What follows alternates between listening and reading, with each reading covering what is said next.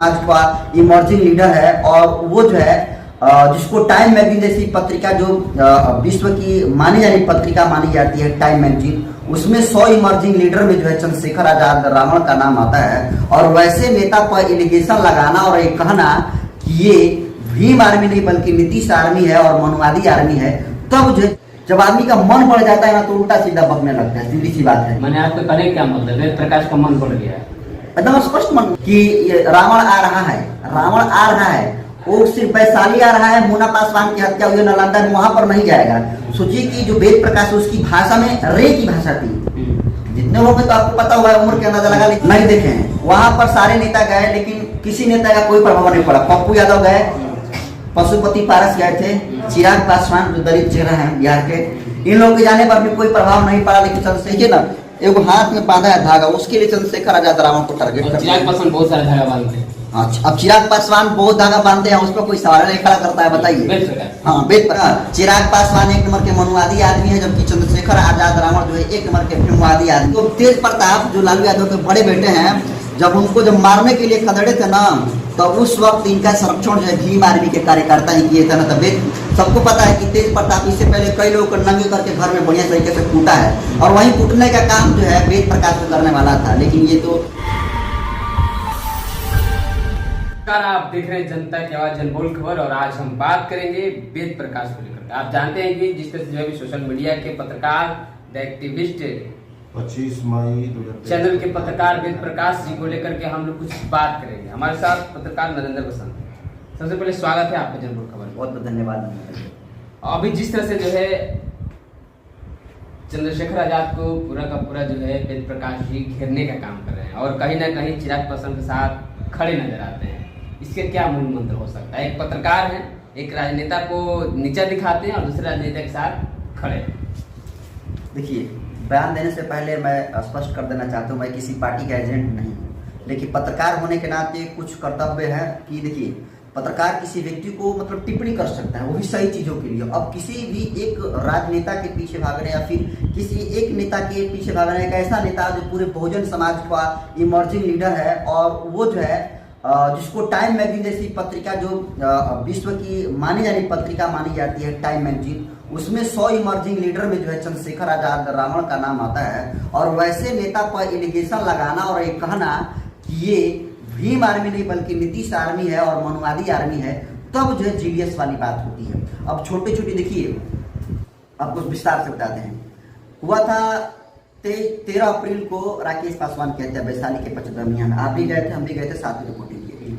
वहां पर ये हुआ कि पहला तो अपना आईडी नहीं बेचा वेद प्रकाश, समझिए बात को। और वेद प्रकाश क्या है ना, देखिए, जब आदमी का मन बढ़ जाता है ना तो उल्टा सीधा बकने लगता है। सीधी सी बात है। मैंने आपको कहने क्या मतलब है, वेद प्रकाश का मन बढ़ गया है एकदम स्पष्ट मन बढ़ गया है। अगर मन नहीं बढ़ता तो चिराग पासवान जो मनुवाद का पोषक है व्यक्ति है, ये हम नहीं बल्कि उसके समर्थक ही कहते हैं। और चंद्रशेखर आजाद रावण जो कि एक स्टेट के नेता नहीं है, मैंने सोचिए कि जो विश्व की प्रतिष्ठित पत्रिका जब 100 इमर्जिंग लीडर में नाम शामिल करती है, तो यार वो जब जाहिर सी बात है वो विश्व लेवल का नेता बन गया। और वैसे नेता पर एक कहना है कि मनुवादी नेता है जो हमेशा से मनुवादियों की धज्जियां उड़ाता है, तो कहीं ना कहीं पत्रकारिता पर सवाल तो उठना लाजमी है। पचदमिया हुआ होता कि ये जब चंद्रशेखर आजाद रावण आए थे तो बोला, एक बंदा पोस्ट किया था ट्वीट के माध्यम से कि रावण आ रहा है, रावण आ रहा है। वो सिर्फ वैशाली आ रहा है, मुन्ना पासवान की हत्या हुई नालंदा में, वहां पर नहीं जाएगा।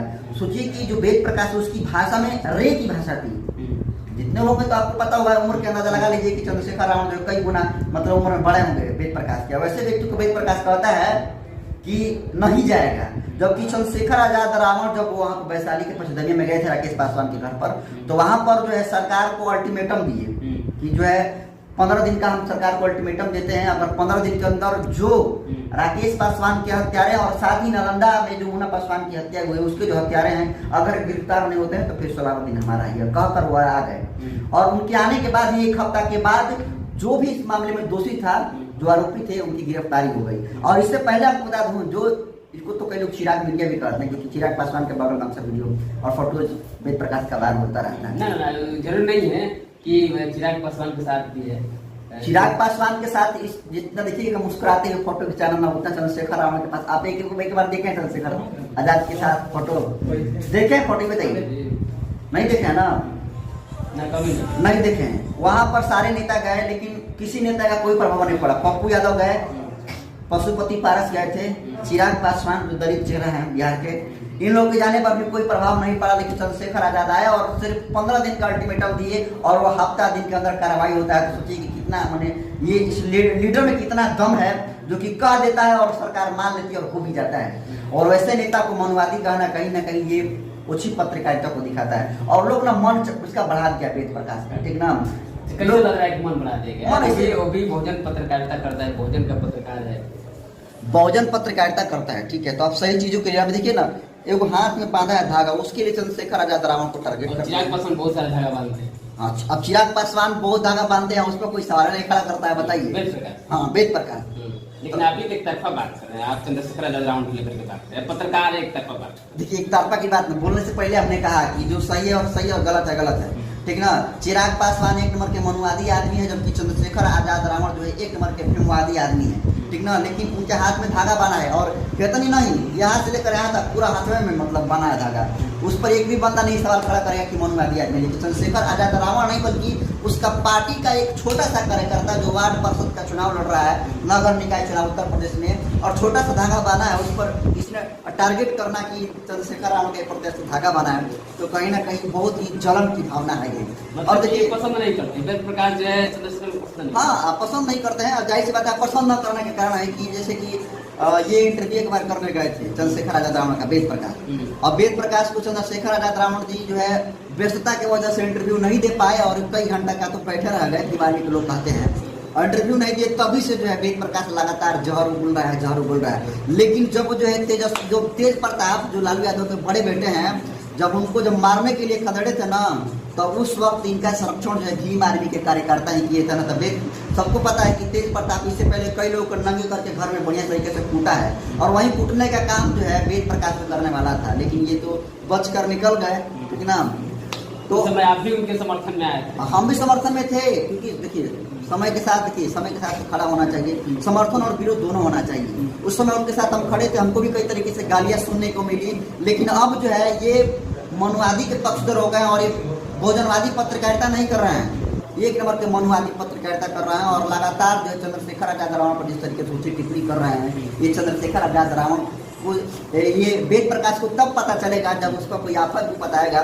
तब देखिए कि चिराग पासवान का कार्यकर्ता पहले पहुंचता है कि पहले भीम आर्मी का कार्यकर्ता पहुंचता है। कभी आप भी जो है चंद्रशेखर आजाद के विरुद्ध? देखिए, हम दोनों बोल रहे हैं, पत्रकार को क्या होना चाहिए ना कि समर्थन, समय पर समर्थन और समय पर विरोध होना चाहिए। लेकिन वेद प्रकाश जो है, ये कभी इसका पोस्ट दिखाइए, एक भी वीडियो दिखाइए जो चंद्रशेखर आजाद रावण के समर्थन में बनाया, उसके पक्ष में बनाया नहीं। हर एक वीडियो और हर एक पोस्ट बंदा के उसके अगेंस्ट नहीं आता, तो इससे क्या, इससे है कि प्रोफेशनली नहीं बल्कि पर्सनली दुश्मनी निकाल रहा है। और ऐसे मतलब इंटरव्यू ना मिलने के चलते इससे जो है लगातार जो सोशल मीडिया पर बातें को रखना, हाँ, बिल्कुल, और तरह का ट्वीट करना, फोटो बना करके भेजना, बिल्कुल ये गलत है। और अब कल ही कई हमारे भीम आर्मी के नेता से बात हुई, है कि इस तरीके से उचित टिप्पणी की है। हर एक जिला में भीम आर्मी के जिला अध्यक्ष है, उन पर FIR करने जा रहे हैं, करने से FIR होगा उन पर। मतलब वेद प्रकाश, हाँ बिल्कुल, एक पत्रकार पे FIR होने जा रहा है, एक पार्टी के द्वारा।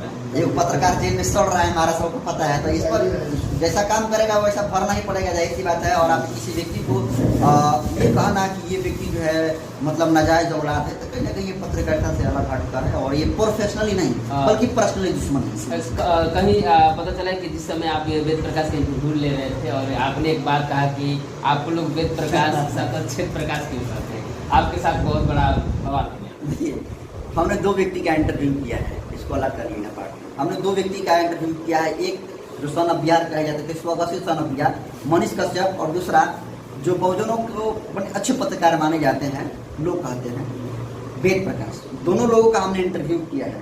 लेकिन हमारा सबसे बढ़िया बिहेवियर जो है मनीष कश्यप का लगा, ठीक ना। क्योंकि मनीष कश्यप को अगर रेटिंग की बात आएगी तो उसको बेहतर रेटिंग देंगे इस पर। लेकिन आप बोल रहे थे कि हमको डर लग रहा था मनीष कश्यप के सामने अच्छे बॉडीगार्ड के साथ। डर लगना अलग बात है, लेकिन वो कुछ मेरे साथ ऐसा कुछ मिसबिहेवियर नहीं किया, तो उसको मैं ऐसा किया नहीं। लेकिन जिस तरीके से मेरे साथ मिसबिहेवियर किया है वेद प्रकाश किया महाराज, उससे स्पष्ट हुआ कि नहीं, ऐसा लोग इसको क्षेत्र प्रकाश कहता है, सही कहता है। इसका एक घमंड हो गया कि हमारे कुछ फॉलोअर्स व्यूज हो गए ना, बस हो गया।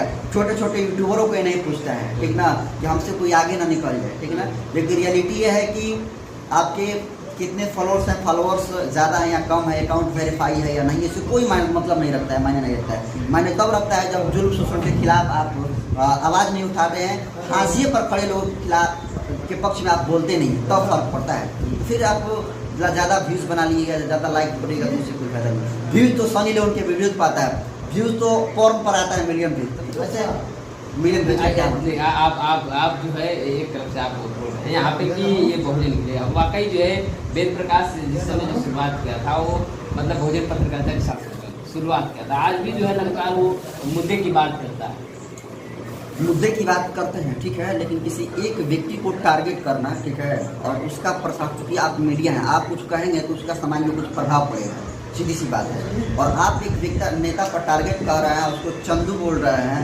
उसको गुलाम आर्मी बोल रहे हैं, नीतीश का बंदा बोल रहे हैं, उसके लिए अरे शब्द का इस्तेमाल कर रहे हैं, तो कहीं ना कहीं ये चीज़ तो पर्सनल दुश्मनी है। आप क्यों इतना वेद प्रकाश से गुस्सा है, क्यों, क्या एलर्जी है उनसे?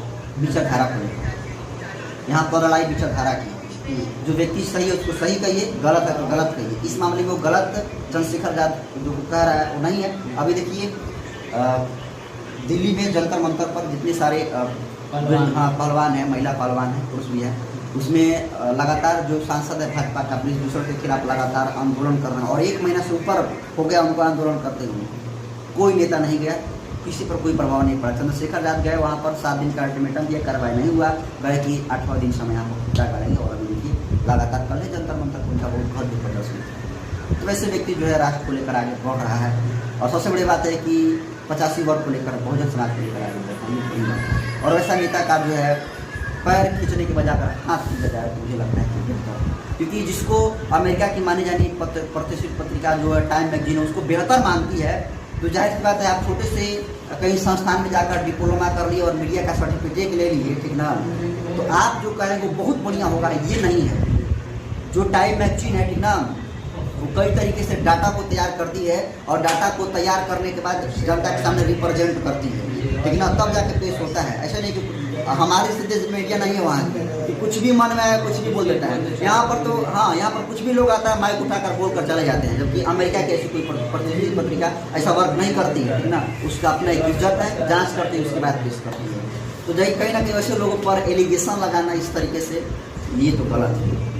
चलिए अभी लगातार आप देख रहे थे नरेंद्र वसंत जी सीधे जनतंत्र खबर से सीधे बात कर रहे थे कि वाकई ऐसे पत्रकार को एक निजी पार्टी पॉलिटिक्स को लेकर के बात नहीं रखनी चाहिए, और जो है इस तरह के किसी को भी आपको हक नहीं है कि आप किसी राजनीति के एक साथ खड़े हैं और दूसरे के साथ नीचे दिखाने का काम करते हैं। आप लगातार बने रहे।